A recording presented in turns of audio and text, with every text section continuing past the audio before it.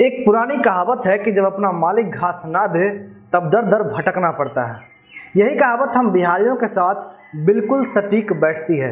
हमारी सरकारों ने हमें कमाने और खाने के लिए आत्मनिर्भर कर दिया है और हम बिहारी इतने आत्मनिर्भर हो चुके हैं कि हम उस कमाने और खाने के चक्कर में पूरी दुनिया का चक्कर लगा लेते हैं। और इसी का नतीजा है कि हर जगह आपको बिहारी मिल जाएंगे। कोई बड़ा से बड़ा राजनेता है, अभिनेता है या फिर होटलों में बर्तन साफ करने वाला नौकर। हम बिहारी जब से जन्म लेते हैं उसी वक्त हमारे यह संस्कार हो जाते हैं कि हम बिहार में नहीं रहेंगे। और जैसे ही हम 19-20 साल के हो जाते हैं तो हमारा परिवार हमें बिहार से बाहर भगा देता है या परिवार की मजबूरियां हमें भागने को मजबूर कर देती हैं। किसी को पढ़ना है, किसी को पढ़ाना है, किसी को अभिनेता बनना है, गायक बनना है, फिल्म डायरेक्टर बनना है, कोरियोग्राफर बनना है या फिर किसी को अपने परिवार का पेट पालना है। हम बेहतर विकल्प के लिए बिहार से पलायन कर जाते हैं क्योंकि हमारे दिमाग में ये सेट हो गया है कि अगर हमें आईपीएस बनना है तो हमें दिल्ली के मुखर्जी नगर में ही अपना रूम लेना पड़ेगा, चूरन खा खा कर पढ़ना पड़ेगा, परिवार से दूर रहना पड़ेगा, किसी छोटे कमरे में बिछावन समेट कर और गर्मी में पंखा बंद करके खाना पकाना पड़ेगा, खुद बर्तन भी धोना पड़ेगा। और तब जाकर भी अगर वो सपना पूरा नहीं होगा तो फिर उसी दिल्ली में लाख, 2 लाख, 5 लाख गवा कर 5,000, 10,000 के लिए किसी के अंदर काम भी करना पड़ेगा। और ये झूठ भी बोलना पड़ेगा कि अगले 6 महीने में 20,000 का पेमेंट मिलना शुरू हो जाएगा। अब इतने बड़े भूमिका के बाद मेरा नाम अमन शर्मा है और आप जनता जंक्शन देख रहे हैं और ये हमारा कार्यक्रम सुबह सवेरे है जिसके माध्यम से हम आपको बिहार की 3 प्रमुख खबर बताते हैं। पहली खबर भूमिका के साथ ही शुरू होती है। इतनी बड़ी भूमिका बनाने का मकसद ये था कि आपको सुशांत सिंह राजपूत आत्महत्या मामले के छानबीन की वर्तमान स्थिति पर लाया जाए। पहले खबर जान लीजिए। खबर यह है कि महाराष्ट्र पुलिस ने सीबीआई जांच का विरोध किया है और इसके लिए सुप्रीम कोर्ट में अर्जी दायर किया गया है। मुंबई पुलिस ने अपने इस अर्जी के माध्यम से सुप्रीम कोर्ट के सामने ये दावा किया है कि वो निष्पक्षता से जांच कर रहे हैं।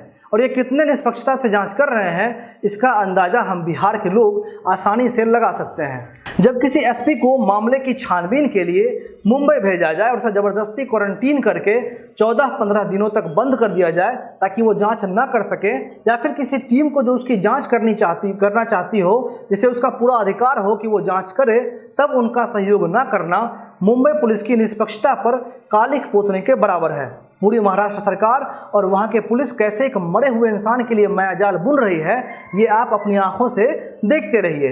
अगर मामला बिहार का है, एफआईआर भी दर्ज बिहार में हुआ है, तब भी अगर आपको लगता है कि जांच आप ही करेंगे तो ये गलत है। आप दावा कर रहे हैं कि आप निष्पक्षता के साथ जांच कर रहे हैं और आपको खुद पर भरोसा भी है, लेकिन आप सीबीआई या बिहार पुलिस की जांच का विरोध भी कर रहे हैं। तो क्या यह सीबीआई या बिहार पुलिस का अपमान नहीं है? आपके दामन में अगर काले दाग नहीं होते तो आप शहर से सीबीआई जांच के लिए मांग का समर्थन करते, लेकिन आप तो उसका विरोध कर रहे हैं, उसके खिलाफ सुप्रीम कोर्ट में अर्जी दायर कर रहे हैं, बिहार पुलिस को सबूत नहीं दे रहे हैं और आप कहते हैं कि आप निष्पक्ष हैं। जिसे मरना था वो तो मर गया।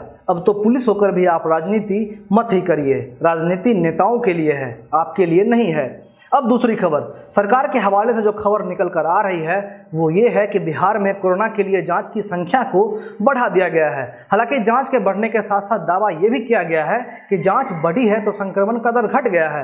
हालांकि इस पर विश्वास करना तो मुश्किल है, लेकिन सरकार ने जो आंकड़े जारी किए हैं उससे ये साबित हो रहा है कि संक्रमण की दर में कमी हुई है। हालांकि इन्हीं आंकड़ों के आधार पर यह भी देखा गया है कि मृत्यु दर काफ़ी बढ़ गया है। दावा यह किया गया है कि शुरुआत में संक्रमण की दर 15-16% के आसपास थी, लेकिन अब हुए हाल में जांच के आधार पर यह पता चलता है कि संक्रमण की दर अब 6% के करीब है।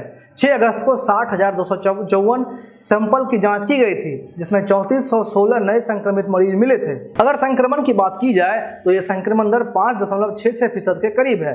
वहीं 7 अगस्त को 71,520 सैंपल की जाँच हुई है, जिसमें 3646 मरीजों की पहचान हुई है और इसका संक्रमण दर 5.09% निकलकर सामने आता है। अगर मरने वालों की बात की जाए तो 7 अगस्त को मरने वालों की संख्या बढ़कर 400 हो गई है। मरने वालों का आंकड़ा 15 दिन पहले 200 के आसपास था और 15 दिन के बाद यह आंकड़ा 400 तक पहुंच गया है, यानी सिर्फ 15 दिनों में मृत्यु दर दोगुनी बढ़ गई है। बिहार में संक्रमित मरीजों के लिहाज से पटना की हालत सबसे ढीली है। पटना में कोरोना संक्रमित मरीजों की संख्या 12,408 के आसपास हो गई है, जिसमें अभी 4100 मरीज एक्टिव हैं। शनिवार को यानी कल 8 अगस्त को पटना में 492 नए कोरोना संक्रमित मरीज मिले हैं और 7 लोगों की मौत भी हुई है। अगर पूरे बिहार की बात की जाए तो अभी तक बिहार में 75,786 मामले आ चुके हैं, जिसमें अब तक सबसे ज़्यादा तबाह पटना है, जैसा कि हम आपको बता चुके हैं। तबाही के इस लिस्ट में दूसरे नंबर पर भागलपुर है, जहां अब तक 3353 मरीज मिले हैं। अब तक कुल 48,673 मरीज ठीक हो चुके हैं। पूरे बिहार में एक्टिव मरीजों की संख्या 26,693 है और बिहार का रिकवरी प्रतिशत 64% है। लेकिन हम आपसे आग्रह यही करेंगे कि आप इस 64% पर मत जाइए, आप उस 36% पर जाइए जिनके लिए कोरोना काल हो गया। इसीलिए सुरक्षित रहिए और अपना ख्याल रखिए।